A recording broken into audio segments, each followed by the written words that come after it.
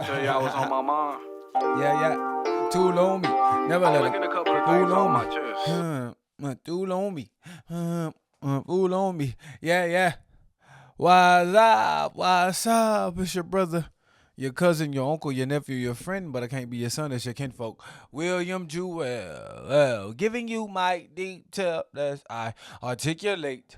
This is articulating rap. How y'all doing? If you haven't already, make sure you hit that subscribe button and turn all the notifications on so you can get all the posts, all the new content when I post them. I'm trying to give y'all these clips. I'm trying to give y'all these content, and man, it's been a crazy news cycle. It's been a crazy week in music. Really, I didn't have nothing to really break down the last time I came to y'all, but it's been a lot of things that's happening. It's been a lot of things going on, and I gotta, put those things under a microscope. We can't just look at it from a telescope. We gotta go close up into it. We gotta go to the detail, right? Tyler the Creator. Chromacopia, right? And we from the South, right? Dallas, Texas right now, Waco, Texas originally, but we from the South, we from Texas. And like when you listen to a guy like Tyler the Creator, when you think about the taste and you think about the energy from the South, Tyler the Creator isn't someone that we usually gravitate to. When you think about the Bible Belt, you know what I'm saying? The religious conservative grounds we stand on when we're talking about a bisexual black man, right? Whether he's trolling or whether he's giving out his truth. You talk about Texas, we don't really gravitate to that type of energy. So when it comes down to Tyler Creator, when it comes down to Texas, we ain't really too much vibing with that type of energy when we really think about it. So, right? And to be honest, I'm gonna be honest with y'all. Like those are the things that kept me away from enjoying his music. The trolling, the antics, the jokes, the Jaden Smiths calling him his boyfriend, the Jared Carmichael, like, all that, messy stuff, all that jokes, all that trolling is just kind of like, one thing about me, I don't like artists that got antics. I don't like artists that put up a front, that do things outside the wheelhouse just to get attention. I don't like artists that do too much, right? And just doesn't seem genuine, doesn't seem legitimate. And Tyler the Creator, for the longest time, he was one of those artists. And then recently I've been hearing interviews of him giving his honest opinion on the state of rap, the state of hip hop culture, right? And I can kind of correlate, I can relate to some of those things he was saying. I could appreciate some of those things he was saying, right? Chromacopia. I listened to Noid. I listened to the first single. I was impressed. I thought, hey, this guy's rapping. This guy's giving us some bars. And, when we talk about the Freddie Gibbs Alchemist feature, he was giving us some bars then, right? So I know he could rap. I know he could do what he do. But I say that to say this.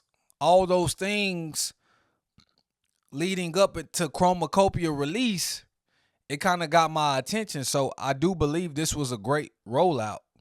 Right, this was a great advertising and marketing scheme on getting new listeners and new fans. And to be honest, I won't say he necessarily gained a new fan, but he gained a new listener, somebody that I'm gonna check him out when he drops, somebody that I'm gonna listen to. Like before I start doing this channel, before I start detailing this rap, I would listen to who I want to. I want to listen to the people that I had to report on, that I had to say something about their album. But now that I'm coming on this podcast, now that I'm coming on this show and giving y'all my opinion on certain projects and certain albums, certain songs, it's only right that I do my due diligence. And I like Chromacopia. I like the storyline. I like the storytelling in it. I like the rapping that he did. I like the vulnerability. I like that he got personal. And it seems like that's a theme nowadays, to show that vulnerable side, to show that personal side. And whether you went to therapy or not, you can at least show it from the standpoint of view of where you're not fully healed, or where you don't fully have the answers and the actual instructions and guidance to handle certain situations and certain things. So it's a little bit more raw, it's a little bit more unfiltered, uncensored. And I like what he was saying. I like what he was talking about. I like the message. That's the main thing, because it wasn't like he was trolling on this album. He was just giving you like his perspective of his life, giving you his perspective on his music, on certain situations that he's been in. Judge Judy, Hey Jane, right? We talk about Sticky, good song. We talk about Killers, like good song. Schoolboy Q, Doechii, Childish Gambino, Lil Wayne. We talk about the features, Sexy Red, Glorilla. We talk about the people that were on this album. And it just fit well. Every feature was needed to amplify this album. The storyline was put together, was constructed well. It was cohesive. It was organized. It was well thought out from the beginning to the end, and from the rollout until the finished product. It was given us, it was given to us on a silver platter, right? And we can appreciate that. Right, I can appreciate the production. I know some people had some things that they didn't like about the production. I know it wasn't a rapidy rap album, but we got the artistry, right? We got the artistry, and sometimes that's the balance that hip hop needs. We need the rappers to rap, the guys that's gonna give us that hip hop, like Freddie Gibbs. We need them to rap, and we need the artists like Kendrick Lamar. We need the artists like Tyler the Creator to give us that artistry, to delve deep into their repertoire, into different pockets and different layers of their soul, and deliver it to us. And I believe that's what Tyler did. He delivered his soul, he delivered his spirit, he delivered his passion, he delivered his purpose on this Chromacopia. So claps to him, kudos to him. But somebody, or some people that I really like, that I've been a fan of for the longest time, probably 2017, right? Earth Gang, The Perfect Fantasy. Like, they dropped the album, they dropped the project. And if you follow Earth Gang, if you follow Dreamville, if you follow what they do, this was pretty much a collection of songs that they've released. They released EPs, like 2 or 3 EPs in the past. They released Lucy's singles in the past, and this is just a culmination of all those songs. At the beginning of the album, you got a different feel, different music that you probably didn't hear, but once it got to the meat and potatoes of the album, all it was is recycled songs that had already came out. And it seemed like people didn't really pay attention to those songs, because why would you re-release those songs? And they've been on the streaming sites for months. Why are you recycling this music on a project and you calling it a new album, right? Is it because you didn't get the streams? Is it because you didn't get the looks?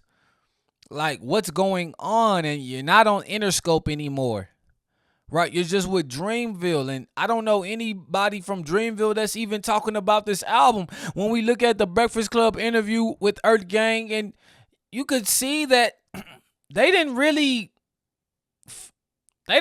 fool with Dreamville like that. They didn't really care for Dreamville like that. The way they talked about Dreamville was so nonchalant. They got respect, they got honor for Cole, but for the system of it all, and yes, being able to release your music independently and do what you want to do, yeah, that's freedom. But the marketing, the push, the advertising behind them, it seems like it's non-existent. We look at the views of the YouTube video that Earth Gang did for Breakfast Club, it was very minuscule, right? And not saying that the views like mean something, but that lets me know like do they have a real fan base? Do they have real people checking for them? This is the first time I even saw them on Breakfast Club. And you mean to tell me they fan base can't go out there and support, can't go out there and leave comments, can't go out there and show some love?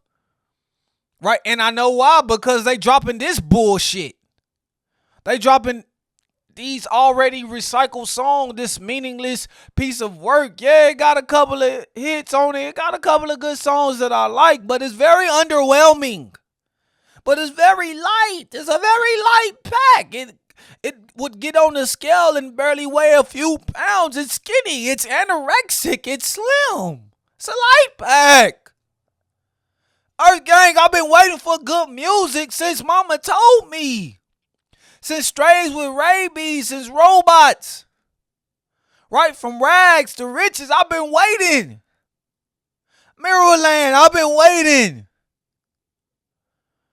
Right? Ghetto Gods, that was a godly album.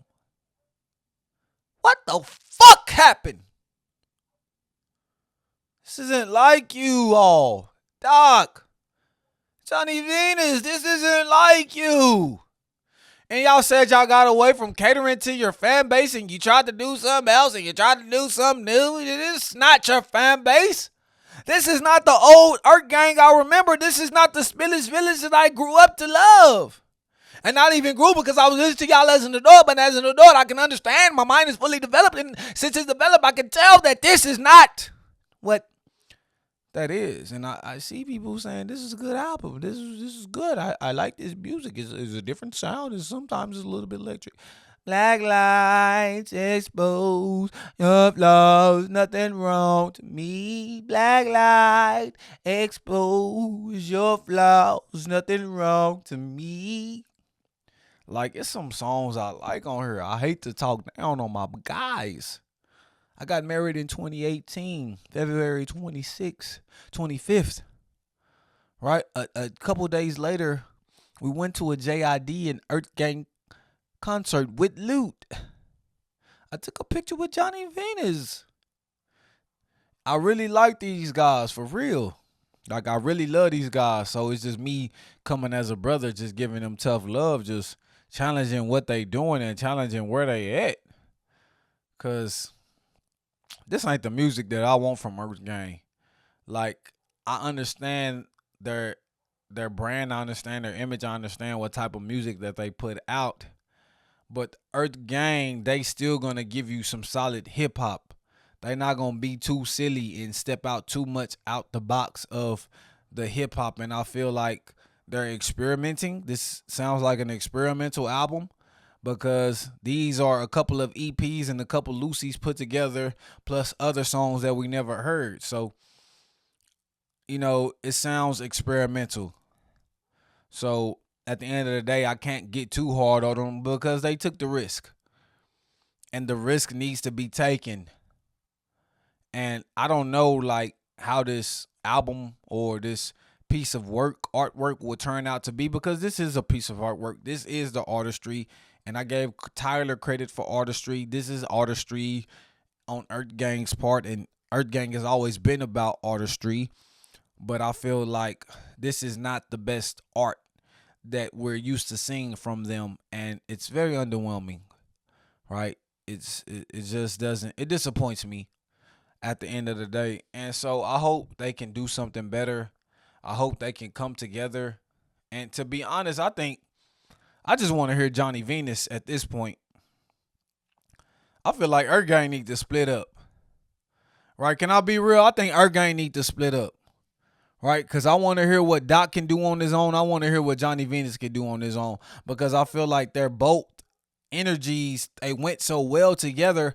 Like, at some points, you couldn't even tell who was who on the track. But now it's very distinct on who is who. And I feel like their sounds are clashing too much with each other. And it's time to take a separation. It's time to take a break from each other. Same way Big Boy and Andre 3K did. So I say that to to Earth Gang. I think it's time to separate. I think it's time to get off Dreamville. I think it's time to start anew. I think it's time to separate. I think it's time for y'all both to go solo, both do something different separately, and see how that goes for y'all. And then y'all come back together when that's done, just like the Migos did, just like Outkast did, just like other groups before them, the Hot Boys. We see the Hot Boys reunion, right? And before we get on the Hot Boys reunion,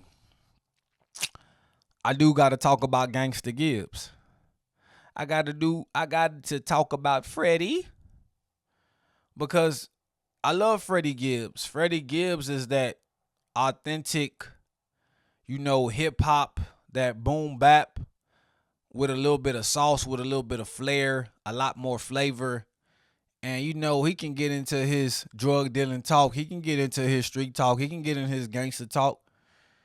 But what stood out to me on this album, a theme, like, I don't know if y'all know about what's happened with him and his baby mama, and how his baby mama sided with Benny the Butcher, how she's been seeing pictures, how Benny the Butcher gave her a chain and all that, and we know the beef and all that happened with Freddie Gibbs and Benny the Butcher. You could tell that he was kind of speaking to her on this album. He was giving you a little bit more vulnerability. He was getting a little bit more personal. He wasn't just talking surface level, but the way that he was talking was, he wasn't directly talking to her. Anybody could receive it as he was talking to them. Anybody could receive it that he was talking to the women all over. But it stood out to me that he was talking about them when he was talking about stupid women. Like, you say something, then you break the code. I know you can't keep a secret. I know you can't trust you. I know I can't trust you. So, man, Ruthless, it's your anniversary. Yeah. Cosmo Freestyle, Statues, Wolverine, Brick Feet, like where he switched the flows up and went insane. Steel Doors. Yeah, Steel Doors. You got Ruthless. You got Origami, like on set, walk it off. It was short. It was like 14 tracks, 30-some minutes. It was short, sweet, and right to the point. And the production was just chilling. The production was just eerie. The production was just soulful, full of samples, full of old nostalgic sounds that we're used to hearing from the old greats in hip hop. Like, Freddie gave us that. He really delivered that. Like, so if you really wanted a hip hop album, if you really wanted something pure and right to the point, and something that, also kind of gave you that story, because I don't know if y'all saw the cartoon Black Jesus on Adult Swim, but Slim Johnson, he was narrating his part as the devil, and it was comedic, but at the same time, it was kind of dark comedy. They only die once. Freddie Gibbs, like, he was making it known that he was dealing with a lot of demons. He was dealing with a lot of things calling on him, right? Making him want to do these things, making him want to do bad, and he was trying to resist. This was a story, right? This was the theme of the album. They only die once. So it was very cohesive. It was very well put together. And like I said, it was very organized, and it was complimentary. The storyline was complimentary of the tracks, and it gave us a little bit of comedy, just like he did in Soul separately with Joe Rogan, all those other guys. So I like where Freddie's going. I feel like this is another one that he could chunk up, from Bandana to Alfredo, Soul separately. They Only Die Once is a collection of that 4-track, run, that 4-album run, and he could put it up against a lot of people in the same lane that he's with, right? And he could put those albums next to them, and we could say, yeah, Freddie's that guy in that lane. So shout out Gangsta Gibbs. Shout out Freddie Gibbs. I can't stop playing this album. I'm in the gym. I'm listening to this album. Like, this album really, attracted me. This album really got me related into it. This album really just spoke to me.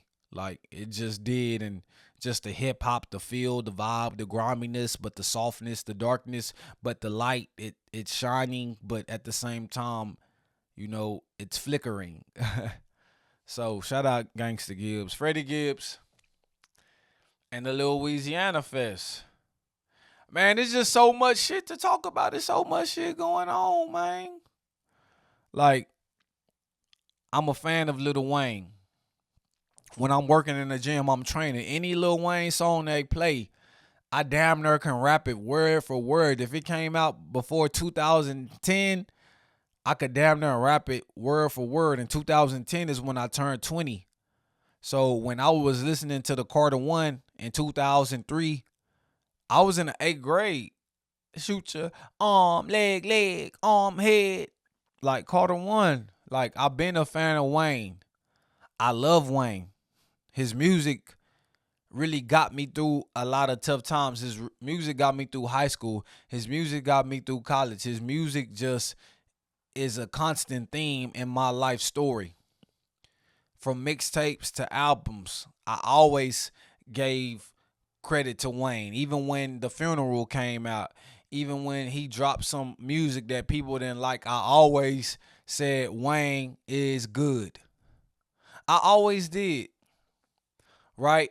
And so I have to preface that by saying Wayne got on stage at the Louisiana Fest and said he worked very hard to put himself in a position to get that Super Bowl, and it got ripped away from him.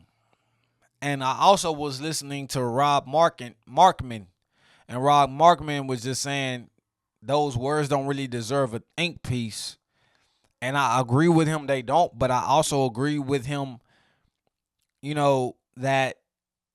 that's just to invoke emotion in the crowd and to the people that's in the arena. But at the same time, ripped away, like, that means you already had it in the bag. And the fact that you didn't have it in the bag and you feel like you had it in the bag, that speaks to the entitlement, right? The entitlement that these celebrities, that these stars have. The entitlement that, hey, it's New Orleans and that's my city. I'm supposed to be the one performing. The entitlement is that I'm Lil Wayne. I was a dude that had that 5-year, 6-7 year run from '05 to 2010 to 2012. Really, to me, Wayne's run is from '03 to 2010. He had a historic run. Like, he feel like he's still that top guy. And at the end of the day, that's not the case because we got the big three. And one of the guys from the big three, he put himself in that position. He earned that position. Everybody was saying that he wasn't going to respond, that he couldn't make hits, that he couldn't make music, that he couldn't stand toe-to-toe with Drake. Right? But he did. They say Drake and Future got on the phone and pieced it up in there. Now they're saying that didn't happen. And you know where Kendrick was at? Nowhere near that conversation. Right? They saying they need Drake. Future needs Drake. Bro, without Future, Drake couldn't even act hard. Drake couldn't even be at the Toronto game mean mugging Derozan. Kendrick already broke that down for us and not like us. What are we talking about here? But we talking about Wayne, and we talking about Drake, and we talking about Drake didn't even come to the Louisiana Fest, but instead he was in Toronto trying to mean mug DeMar DeRozan, D-Rose.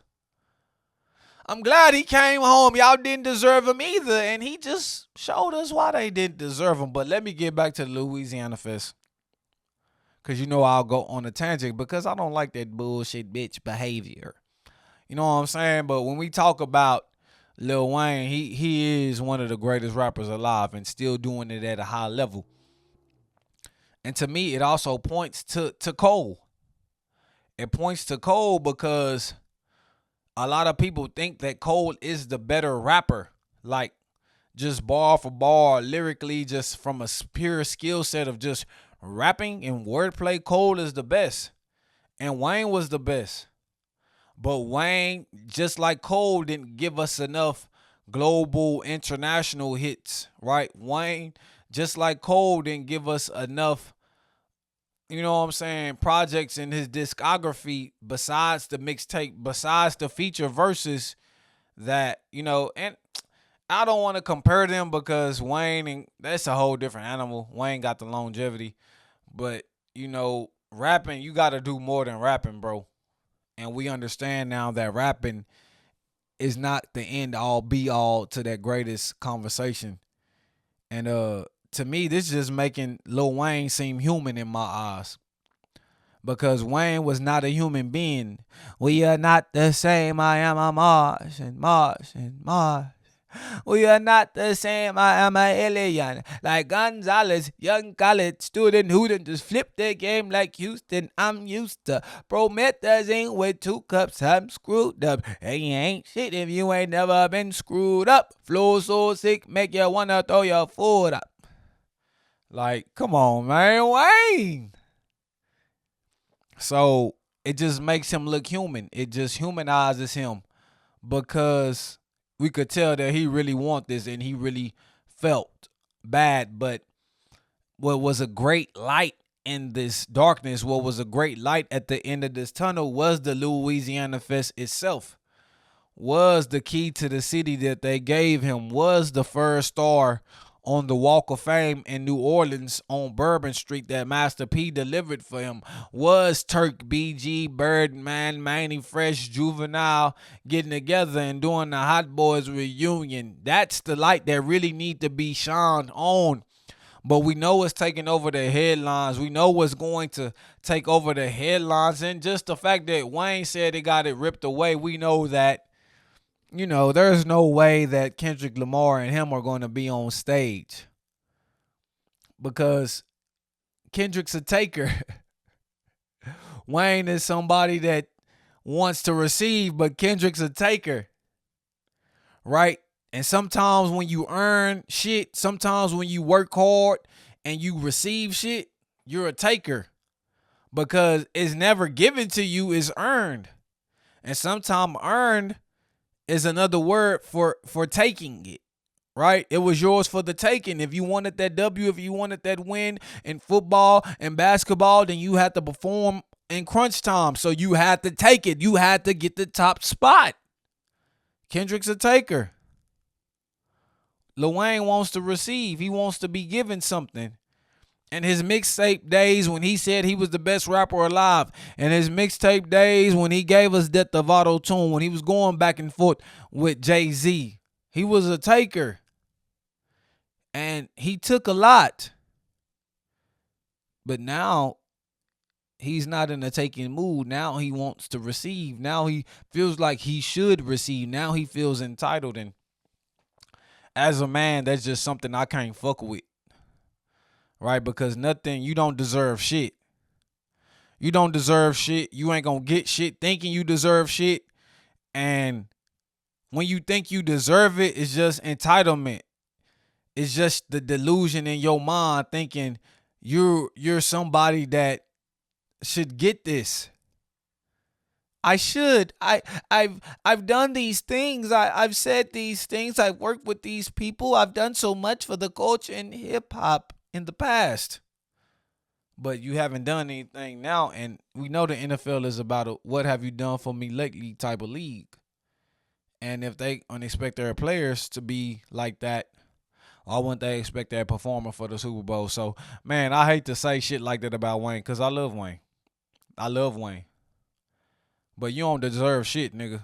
Like, you got to quit thinking like that. You got to quit talking like that, like a little ass pipsqueak, like a little ass bitch. Like, that pussy shit, like, no, that shit don't fly with me. And a lot of people don't even know me, like, as a person that's talking tough, that's a person that's solid. But my closest friends know I don't play that shit. My son, my wife know I don't play that shit. Like, we not speaking negative. We not crying. We not talking about what I deserve. We not on that entitled shit. If you gonna get that shit, get that shit. If you ain't get that shit, let it be and work hard and do it the next year. Because thinking that somebody owes you something, you can't live life like that. You ain't gonna never be satisfied. You always gonna be able to point the finger. You always gonna be able to blame somebody because you didn't get it. That's that victim mentality. That's that victimhood. When a black man says, oh, the white man, he's holding me down, I can't succeed. The white man is want me too. I worked hard for all this and the white man ripped it away. Like, no, nigga. You ain't do what you thought you were doing. You thought they loved you. But it was another dude working harder than you. It was another dude putting in the work that you wasn't doing. And he got the credit, and he got the honor, and he got the praise. So now use that as motivation. Use that as inspiration to work your ass off. If not, I ain't trying to hear that shit, man. That weak shit. Where the real niggas at? Where the real men at? That can accept responsibilities. They can accept accountabilities. That's gonna get off their ass and do them honeydews. You gotta get that oil change. You gotta get that tire fixed for your wife. You gotta get shit fixed in the house. You had an AC leak. You got something wrong with the plumbing. Who gonna cut the grass? You at work all the damn time on the grind. Who gonna get this yard right, nigga? All y'all niggas be complaining, but y'all niggas ain't trying to do shit. Give a fuck about what you did in the past is right now. You might have cut that grass 2 weeks ago. Now it's grown back. What about now? You might have washed the dishes a couple days ago. Now it's a lot in the sink. What about now? God damn. Yeah, you worked out last week. But what you doing right now? How you eating right now? Is it good? Is it healthy? Or did you just self-sabotage yourself? Because you thought you had it in the bag, my nigga. Hate you niggas. But, you know, it is what it is. And the Meg documentary, right? And I'm going to keep it quick, keep it swift, because I'm not going to give y'all 55 minutes like I did last time. I love Meg. I think Meg is a natural, beautiful woman. When I was in high school, when I was in college, I liked tall women. You know, I see myself as 5'9", right? I was labeled 5'10" as a linebacker on paper. And so I always wanted to put that height back into my family. I always wanted to have my sons to be 6 foot and above, just to give them a step up. You know what I'm saying? Because maybe they might not have the tenacity, maybe not have the ferociousness I had as a player. But if they get a step up in the height and the potential, then they can develop that along the way. As long as I raise them right, as long as I train them right. So I always liked tall women. I was always attracted to them because they just meant they were, you know, I admired them. A lot of men our age, they was scared of them. They didn't like them. They didn't want nobody their size. But I always liked them. You know what I'm saying? I always saw them as a challenge. You know what I'm saying? Like, what they look at me and they say, you not tall. You not that tall. But, like, you got confidence. You got something about you. You got presence. You got aura. You just got that charisma, Will. And I've always been able to get the talls, those glasses of water, you know, no matter what. So salute to my tall women, you know, and that's why I like Megan. That's why I'm attracted to Megan. And just her genuineness, just like her overall tenacity on the mic, that pure passion, that pure purpose, that authenticity that she gives. You know, you can hear it when she's rapping. You can hear the lyrics. Like, somebody was like, Glorilla. Don't compare Glorilla to Megan when it come to rapping. Lotto's there as far as lyrical and wordplay, but Lotto is just, she don't have the conviction that Megan does. So when she says stuff, it's just, she says it, but I don't believe her. She wants to act like that woman, but I don't think she's that smart and that conniving of a woman to treat a man in such a way. I think she's just talking that talk because it's cool to talk it, but something tells me she's a sweet, fun-loving lady. But Megan, she seems vicious because she's been done wrong by Tory. She's been done wrong by the industry, right? She's been done wrong by men. She's done her fair share of wrongdoing as well, right? The documentary, I saw her. She was in tears. She was crying. She said, yeah, she fucked Tory once or twice, maybe on a drug night. She lied on Gayle King, but during the trial, she said that she did. She already told the truth, so we already knew that she lied about that. And when she lied on Gayle King show, we knew she was lying then. And like I said on Facebook, if you press me in public about who I fucked, I'm not going to want to tell you, especially none of the uglies. I'm not going to want to confess, right? I don't want to put my name on some of those bodies. Some of those bodies need to be buried because they look like zombies. They don't need to wake up from the dead, right? So I could relate to that. Like, they saying Megan ruined this man's life. Bro, you had the gun. Shit went off. Whether you shot it, whether the old girl shot it, shit went off. That's the responsibility. That's the accountability in it all.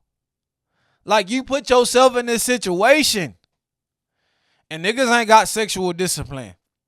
You screwing Megan, you screwing a friend, then you trying to screw somebody else in their face. Like, you just ain't got no discipline. You just ain't got no wherewithal to understand the situation and to understand what type of women you're dealing with, and knowing like you can't move like this and think that these women gonna accept this foolery. I get it, bro. You a playboy. I get it, boy. You a pimp. You slick. You player. I get it, but at the end of the day, that shit always backfire on men. You on that player shit, your car get keyed, your tires get flat, you on that player shit. You know what I'm saying? Like, some bad shit gonna happen to you. You can't play with these women like that. You have to be honest. You have to let them know directly like how you're feeling. You can't mess with these emotions. And when you mess with people's emotions, then you get a certain emotion out of them that you didn't know they had because you provoked it. And I'm not putting it all on Tory. But I'm saying, like, just because Megan didn't want to say she fucked him in the court, she said she fucked him. So from that standpoint, he did not get put in jail because she lied about that on a TV show. He got put in jail because he had a weapon and the weapon was fired. And the last time that weapon was known to be was in his possession. He didn't get charged for shooting her. He got charged with discharging a firearm. So, you know, that's what it is. So it's a lot of new details that's not really new. This is old news. So, I mean, Megan bigger in Texas, you know, it's been a lot of discrepancy on her album sales, but we see Megan in all the commercials. Like, Megan is just a face that's recognizable. Megan is just somebody that puts on for the Houston culture, still showing love to the OGs, and I'm glad to see somebody like Slim Thug have her back. I'm glad to see Lil Kiki. I'm glad to see people like Sauce Walker, you know what I'm saying, giving her that support that she need because, you know, we got to protect our own, right? So I'm glad that we exalting her, you know, in Texas, and like I don't want to hear that shit from no Texas niggas. Like, show Meg love. Tory's from Toronto. He's not like us. Give a fuck. Like, don't shoot at no woman, bro. At the end of the day, bro, that's real stupid. That's real foolish. And if you wasn't the one shot, if Kelsey was the one that shot, how did she get the gun? You gave her the gun? That's stupid shit. So at the end of the day, you responsible for anything that happened, especially if a firearm went off, brother. But moving on, man. Moving on. Drake. You gotta chill out with that shit, bro. You just, like, I don't like that shit. And yeah, I'm gonna have to go on a rant on this shit. Cause, like, I understand you probably had some type of connection or relationship with DeMar DeRozan. Right, and he already said on the interview, like, it was just rap to him, but he stood up for his hometown. He probably had a deeper and more bond with Kendrick Lamar than he had with you. Like, cause at the end of the day, Kendrick mentioned him in the song. I'm glad D-Rose came on. Y'all didn't deserve him either. From Atlanta down to Central, bet not speak on Serena. So for him to like say that Kendrick knew something, and he knew why y'all didn't deserve him. Like, he knew DeMar probably told him something, and he put that in that song. And the fact that basically Kendrick put him in a song and the song was a big hit. All right, like my partner put me in a song, my partner back home. Okay, y'all was beefing, but this is my partner. And I'm in a song. Like, I'm going to show up at the pop out. I'm going to show up in the video. He put me in the song. Like, at the end of the day, you kind of got to understand, like, that's why D Rose kind of did that. It wasn't to disrespect you. It wasn't on no betrayal shit, because who knows if y'all bond was like that for you to even, like, suggest that he betrayed you. And recently, he shared on his story, you know what I'm saying, when Debo be on the way, I be talking again, but when he here, I be quiet. When Smokey said that, so like, you know, DeMar DeRozan, his nickname is Debo, so he just said like, you know, like if we wasn't in front of these cameras, you know what that's gonna be like. Don't play like, and what I didn't like from Drake was that he went on the broadcast and the dude didn't even ask him about this. He just put it in the air and said, y'all better not put no DeMar DeRozan, y'all better not retire no DeRozan jersey. If y'all do, I'm going to climb up in the Raptors and rip it down. And DeMar DeRozan responded by saying he going to have a long way to climb. Good luck. And you could see the broadcasters was uncomfortable. They were trying to laugh it off. And they didn't even think that was funny, because D Rose has done a lot for that city. A lot of people are saying, yeah, he's no Vince Carter, but he played longer seasons. They was constantly in the playoffs, and he was their perennial all-star player. Like, he was better than Kyle Lowry. And it just so happened that the year that LeBron left the Eastern Conference, and the fact that KD and Steph and Klay Thompson got injured in the finals against the Toronto Raptors, Kawhi Leonard was able to win him a championship. And he left. He won 1 year and he left. So, like, Kawhi Leonard is not in that category. So, for all y'all trying to, like, tear down D Rose and saying he don't even deserve a jersey tire because Drake said some shit like, y'all better not retire this jersey, I'm going to climb up there and tear it down. Like, that shit weak, man. That shit just so immature.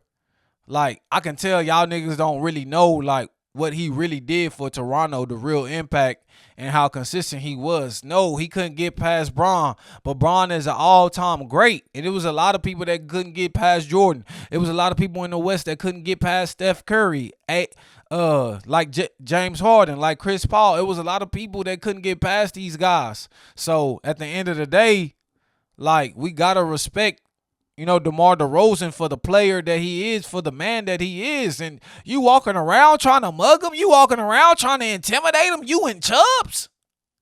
Light-skinned nigga with braids, duck lips, trying to mug, trying to put on an act. Like, you trying to do this shit in front of the cameras. You trying to act in front of the cameras, bro. This is not Degrassi. This is real life. This is real people career that you playing with. You trying to intimidate? That's a bad look. Bro, that's immature. Like, what does that say about the Drake brand? What does that say about your image? What does that say about OVO? You want to be a hard guy so much that you can't understand that you're stepping outside of your body. Like, niggas got you stepping outside your body to prove that you're the person that's in this body when you're really outside of it. Like, bro, you're not present. You're not present in mind. You're not present in spirit because your emotions got you all over the place. Like, just think about it. Not like us came out in May. This is November. You still got animosity built up. You still got that in your heart to where you gonna go to a game just to see a nigga and mug him and talk down on his name and talk down on the career and talk down on what he did for your city when he made it relevant. Like, you went to the games to see D Rose. You went to the games to see Kyle Lowry. Like, when they was successful, when they was a good team, don't make it seem like you was there to be an ambassador because they were the Toronto Raptors. They was a good team at the time. Nobody's talked about the Toronto Raptors since D Rose and Kyle Lowry have left. Like, come on, bro. This fake ass facade ass shit, bro. Like, come on, Drake. That's not cool. Adam Silver, do something about this. He's supposed to be the ambassador for Toronto Raptors. He mugging a player. He trying to intimidate a player. He saying some disparaging words about the player's career. Like, not just a little nudge. He really went in. I wonder what he's going to do when LeBron comes to Toronto. I wonder what he's going to do when LA comes out there. Is he going to mug? Is he going to do such and such? I know he's not going to do that. But because D Rose is not as big of a player as LeBron, like, I don't even know. I know he won't do it with LeBron. Like, so why is you doing this with somebody else? Why is you doing this? What are you going to prove? Only things that it's proven is that you're still hurt, that you're still sensitive, that you lost the battle, and that you don't know how to emotionally handle the position that you're at right now. Like, and when you mug somebody, that's a level of threat. Right? Rob Markman, that's a level of threat. That's enticing some type of violence. Like, bro, I can't be in the game trying to play the game and I know you mugging. I know you saying some shit. Like, yeah, I'm going to focus. I'm going to do what I can as a professional. But, like, I'm going to be pissed. I'm going to be mad because I can't get my shit off on you because all the cameras is there. So you doing this in a protective space. You wouldn't dare go in the ring with DeMar DeRozan one-on-one. There's no point for you to pull up with all your flunkies trying to jump a nigga, trying to flex on a nigga. Like, if you can't whoop him one-on-one, back the fuck down. That's clown behavior. That's weak behavior. That's not a man. Since your daddy don't know how to be a man, let me teach you some shit. He was telling Adonis. He was telling Adonis about this type of behavior. Kendrick already said this on Meet the Grams. He tried to tell Sandra. He tried to tell his mom. This is the man that you raised. This is the man that is raising you, Adonis. Drake, come on now, bro. Like, you was winning people back over. But this right here, like, I tried to cut for you, bro. I tried to stay off. I tried to, like, be nice to you. But this right here, it just makes me not like you all over again. And makes me remember, like, why I don't fuck with you. This is the shit. Right? So when you realize why people don't fuck with you, why people want to see you fall, why people want to see you take a L, this is the shit, bro. This is shit. So it's your brother, your cousin, your uncle, your nephew, your friend, but I can't be your son. It's your kinfolk, William Jewell. Giving you my detail. Let's articulate. This is articulating. Rap, rap, rap.